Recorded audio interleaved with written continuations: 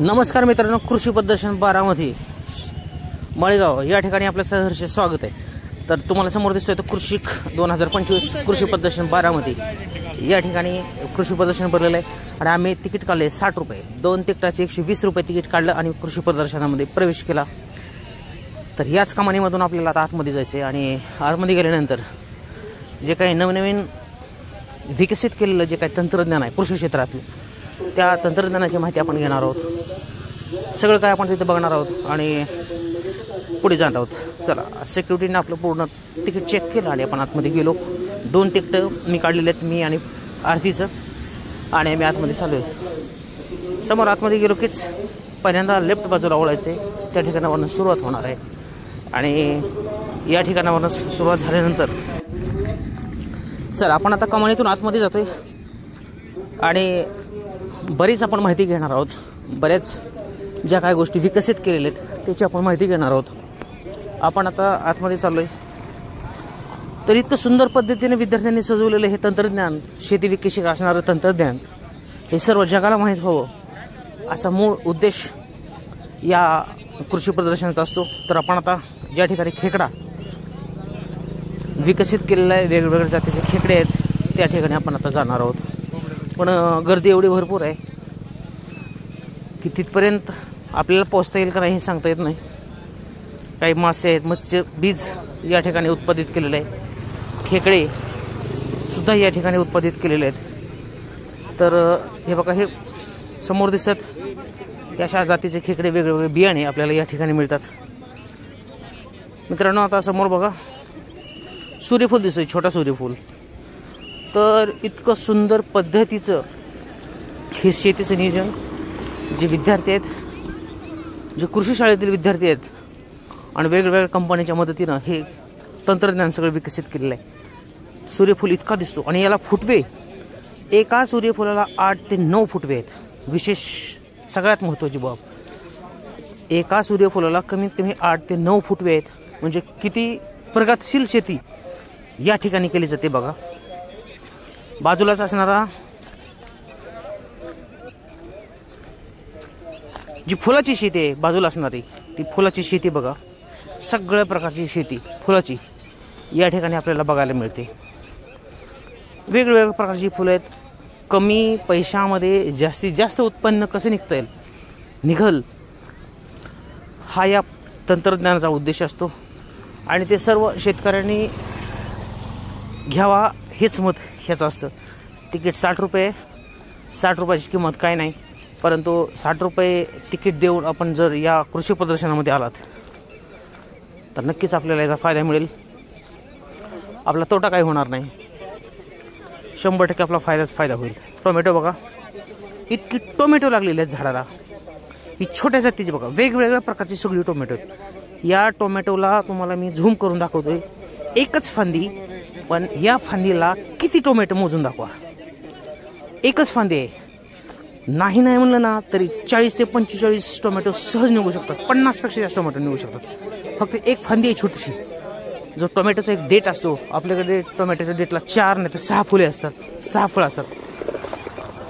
तर एकाच फांदीला 50-50 टोमॅटो असणारी ही जी जात आहे, ही जात बघण्यासाठी मित्रांनो कृषी प्रदर्शन या ठिकाणी यावं लागते। आपण आता पुढे दोडक्याकडे आलोय। दोडके बघा, भयानक जातीचे दोडके आहेत, मोठमोठे दोडके आहेत। अरे हे सोपं नसतं, हे असं शेती करणं म्हणजे सोपी नाही। त्यासाठी अभ्यास, पिकाला लागणारं काय लागतं ते चेक करावं लागतं। नेमकं जमिनीमध्ये काय आहे, कोणते गुणधर्म कमी आहेत, कोणते नाहीत, हे सुद्धा आपण चेक करावं लागतं।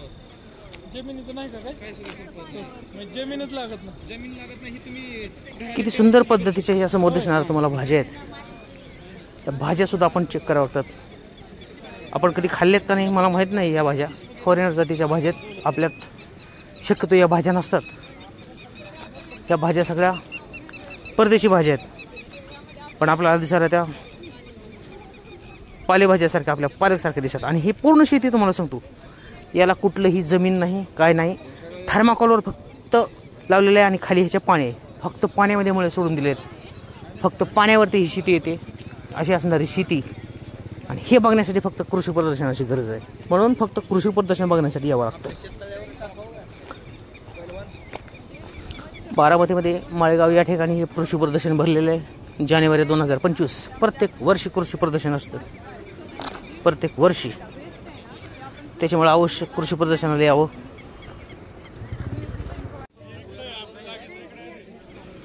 या ठिकाणी तुम्हाला फुलं दिसत असतील. शेवंती आहे, इंडिका रेड, लाल रंगाची असणारी ही शेवंती. किती सुंदर प्रकार, वेगवेगळ्या प्रकारच्या वनस्पती आहेत. आता समोर दिसणारे बाजरी बघा, कणीस कमीत कमी 5 फूट ते 3.5 फूट, 3.5 फूट ते 5 फूट लांबीचं कणीस आहे, बाजरीचं कणीस. अरे इतकं भरघोस उत्पन्न जर शेतामध्ये एखाद्या शेतकऱ्याला निघालं तर साहजिकच शेतकऱ्यामध्ये एक आत्मविश्वास निर्माण होईल आणि शेतकरी शेती करायला सुरुवात करेल. मित्रांनो, समोर दिसतोय हा 86-032 नावाचा जो ऊस आहे.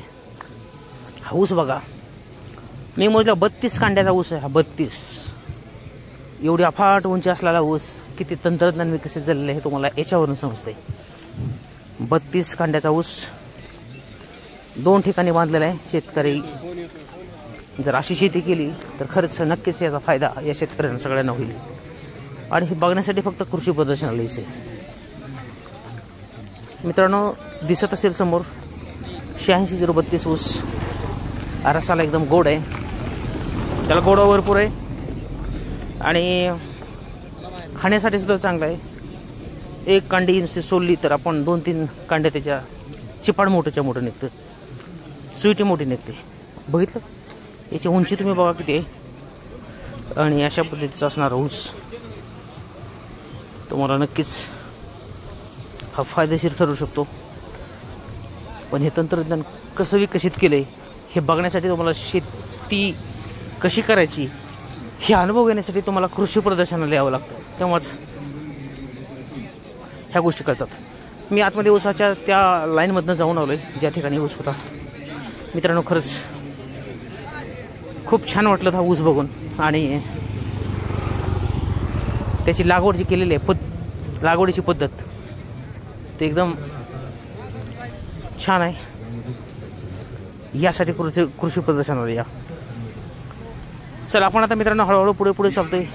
या ठिकाणी सगळं ऊस म्हणजे प्रत्येक विभागानुसार केलेलं आहे त्यांनी. आता या ठिकाणी सगळं ऊसच आहे. आता हा ऊस बघा, हा सुद्धा ऊस. या ऊसाचं सुद्धा नियोजन त्यांनी कसं केलेलं आहे. किती दाट ऊस आहे आणि किती उंच ऊस आहे. योग्य जमिनीमध्ये, जमीन जरी तुमची कशी असेल तर त्या जमिनीत कुठले गुणधर्म आहेत, पिकासाठी त्याची आवश्यकता आहे का हे चेक करावं लागतं. आणि त्याच्यानुसारच पुन्हा ऊसाचं उत्पादन, कुठल्याही पिकाचं उत्पादन काढलं जातं. किती चांगल्या पद्धतीचा हा ऊस आहे. चला, आपण आता हळूहळू पुढे चालतोय.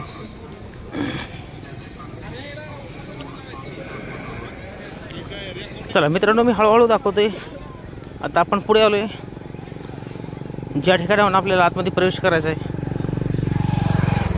जे मेन ठिकाण आहे जिथून आपल्याला एंट्री आहे, त्या ठिकाणी आपण थोडंसं व्हिडिओ शूटिंग घेऊया आणि पुढे जाऊया. या ठिकाणी महाविद्यालय आहे. या ठिकाणी सर्व कृषी विद्यार्थ्यांना शेती कशी करायची याचं ट्रेनिंग दिलं जातं. खूप चांगल्या पद्धतीचं ट्रेनिंग या ठिकाणी दिलं जातं आणि यातूनच नवीन विद्यार्थी घडत असतात. एक मस्त छान अशी सजावट केलेलं कृषिक नावाचं हा जो बाहेर बोर्ड लावला आहे, त्या बोर्डपाशी सगळ्यांनी उद्घाटन म्हणता येणार नाही, परंतु सगळ्यांनी फोटो सेशन केलं. आणि आपण आता आतमध्ये चाललो आहे. आतमध्ये आपण हळूहळू चाललो आहे. आतमध्ये जात असताना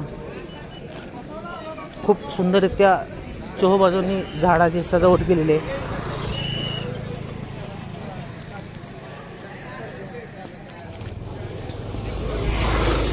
आम्ही आतमध्ये चाललोय.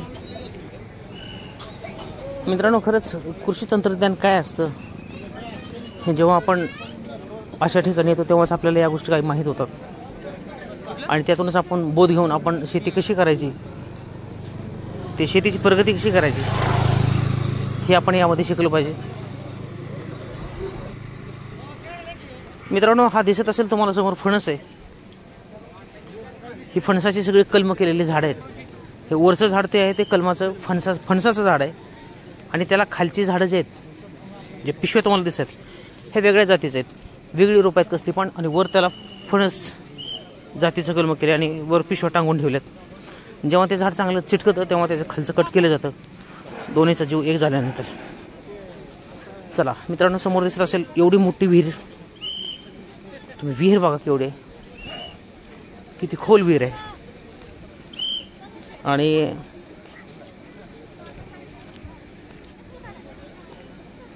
त्या विहिरीच्या जवळ आपण आता पुढे चाललो आहे हळूहळू.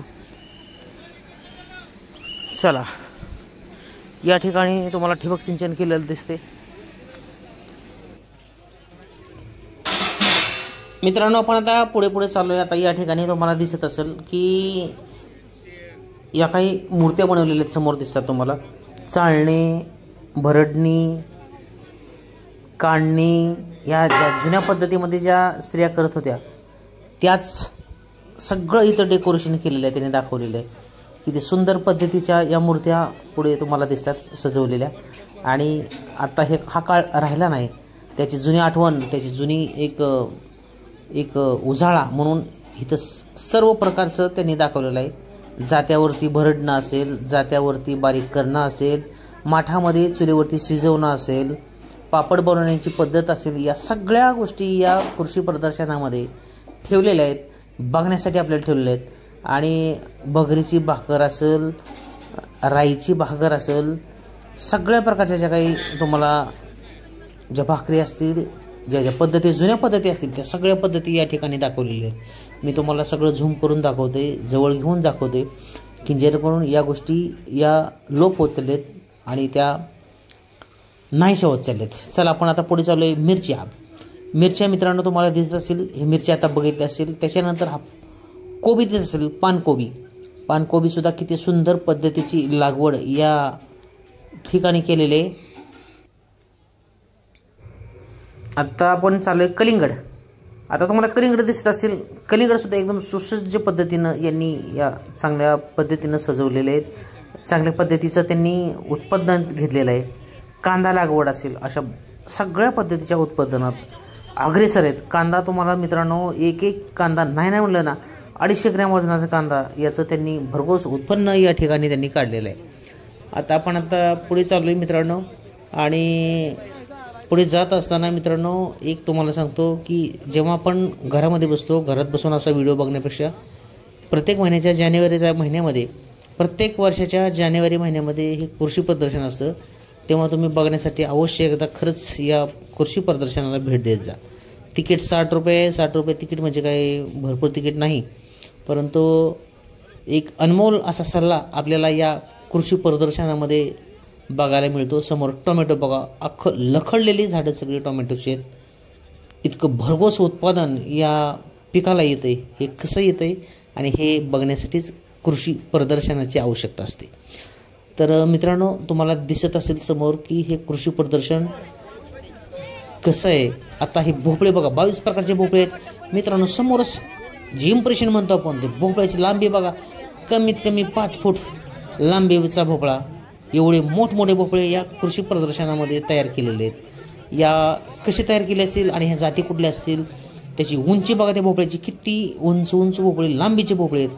आणि हे भोपळे सगळे कवळे भोपळे आहेत. कोणीसुद्धा म्हणू नका की जाड भोपळे आहेत, कवळे भोपळे आहेत, भाजीसाठी एकदम चांगले आहेत. 22 प्रकारचे भोपळे आहेत आणि या 22 प्रकारच्या भोपळ्यामध्ये आपल्याला वेगवेगळ्या प्रकारचे भोपळे आपल्याला या कृषी प्रदर्शनामध्ये बघायला मिळतात. चला, आपण आता हळूहळू पुढे सरकतोय आणि पुढे सरकत असताना जे काही वेगवेगळ्या प्रकारचे भोपळे बघायला मिळतात ते मी तुम्हाला दाखवत जाणार आहे. हे 2 भोपळे बघा, हिरवेगार रंगाचे. हे पुढे समोर बघा, गोल, जसं आपण काशीफळ भोपळा असतो तसंच, पण हे काशीफळ नाही. चला पुढे चालू आहे. आणखीन सगळे भोपळेच बघा, वेगवेगळ्या प्रकारचे भोपळे, सगळे वेल त्यांनी ह्या साईडला लावलेले आहेत आणि भोपळे त्यांनी वर असे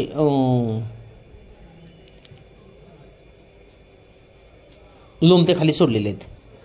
तर मित्रांनो, खरंच एक आश्चर्य व्यक्त करायला पाहिजे की या भरघोस पिकाचं जे असं उत्पादन केलं जातं त्याचं तंत्रज्ञान नेमकं काय आहे हे आपल्याला माहिती आपण करून घ्यायला पाहिजे आणि तशा पद्धतीची आपण शेती अवश्य करायला पाहिजे, तेव्हा फायदा त्याचा होईल. परंतु एक शेतकऱ्याच्या बाबतीमध्ये होतं, जर शेतकऱ्याने असं उत्पादन काढलं तर त्याच्या मालाला जो कवडीमोल भाव मिळतो आहे त्या कवडीमोल भावामुळेच तो शेतकरी हे जे असं उत्पादन काढायचं नको म्हणतो आहे. कारण जरी उत्पन्न काढलं तरीसुद्धा त्याला अशा प्रकारचा जो मनाला पाहिजे तसा भाव त्या पिकाला मिळत नाही, म्हणून शेतकरी आपला डगमगत चाललेला आहे. तर मित्रांनो, जर काही माझ्या या चॅनलवरती तुम्ही नवीन असाल तर नक्कीच माझ्या या चॅनलला तुम्ही सबस्क्राईब करायचे, व्हिडिओला लाईक करायचे आणि माझा व्हिडिओ शेअर करायला विसरायचा नाही. आठवणीने व्हिडिओ शेअर करा. तर मित्रांनो, आता आपण भोपळ्याची शेती बघतोय. तो समोरची व्यक्ती बघा एक फोटो काढतात. तो जे भोपळ्याची लांबी बघा 5 फूट कमीत कमी 4.5 ते 3.5 फुटाचा कमीत कमी भोपळा असू शकतो. तो एवढा उंचीचा भोपळा आपण बघितलात. आता पुढे जातोय. हे बघितलं STP, जसे आपण द्राक्षाच्या बागेमध्ये डाळिंबाच्या बागेमध्ये फवारणी चालते, आता हे प्रॅक्टिकल साजरी करतात जेणेकरून शेतकऱ्यांना कळावं की नेमकं हे काय आहे. STPची फवारणी चालू आहे. इथं पाण्याची फवारणी केली जाते, दाखवलं जातं आहे की ही फवारणी कशी आहे. आता समोर दिसत असेल तुम्हाला हे गहू काढणी यंत्र आहे. हे सगळे वेगवेगळ्या प्रकारची यंत्र आहेत आणि हे यंत्र आता हे गहू काढणी यंत्र आहे. हे समोर चालू केले, स्टार्ट केले त्यांनी. तुम्हाला मी दाखवतो. आता ते आले समोर. आपल्याकडे गहू काढणी यंत्र खूप लांबून बाहेरून येत होते, आता हे गहू काढणी यंत्र आपल्याकडे सुद्धा आलेले आहेत छोटे छोटे. तर अशा प्रकारचे जे यंत्र आहेत ते सुद्धा या ठिकाणी यंत्राची सामग्रीचं त्यांनी नियोजन जे आहे ते चांगल्या मोठ्या प्रमाणामध्ये केलेलं आहे. समोर बघा तुम्हाला दिसत असेल कसं दिसतं हे हत्यार, गहू काढणी यंत्र. यातून गहू आतमध्ये जातो आणि इकडं ओढला जातो आणि डायरेक्ट ती वर इकडं त्याचं उत्पन्न जे निघलेलं पीक आहे ते ह्याच्यामध्ये पडलं जातं. कसं दिसते मित्रांनो हत्यार. त्याच्यानंतर पेरणी यंत्र, छोटं पेरणी यंत्र आहे आणि ही कंपनी ती बार्शीची कंपनी, या बार्शीच्या कंपनीत. त्याच्यानंतर हे परत एकदा गव्हाचं यंत्र आलं, प्रॅक्टिकल चालू आहे त्यांचं, दाखवणं चालू आहे. शेतकऱ्यांना गहू कसा काढला जाईल याचं ते प्रॅक्टिकल करतायत, दाखवतात सगळ्यांना आणि खूप सुंदर पद्धतीनं त्यांनी ते प्रॅक्टिकल करून दाखवत आहेत. फक्त समोर गहू नाही पण ते मोकळे यंत्र फिरवून दाखवत आहेत. समोर दात्र्या बघा त्याच्या कशा दिसत आहेत आणि त्याच्यामध्ये गहू ओढला जातो आणि त्याचं उत्पन्न पीक शेतातलं काढलं जातं. चला मित्रांनो, व्हिडिओ कसा वाटतोय. जर व्हिडिओ तुम्हाला आवडलाच असेल तर नक्कीच माझ्या या यूट्यूब चॅनलला सबस्क्राईब करा, व्हिडिओला माझ्या लाईक करा आणि बेल आयकॉनची घंटी दाबा. चला आपण आता परत भेटणार आहोत पुढच्या व्हिडिओमध्ये. चला बाय.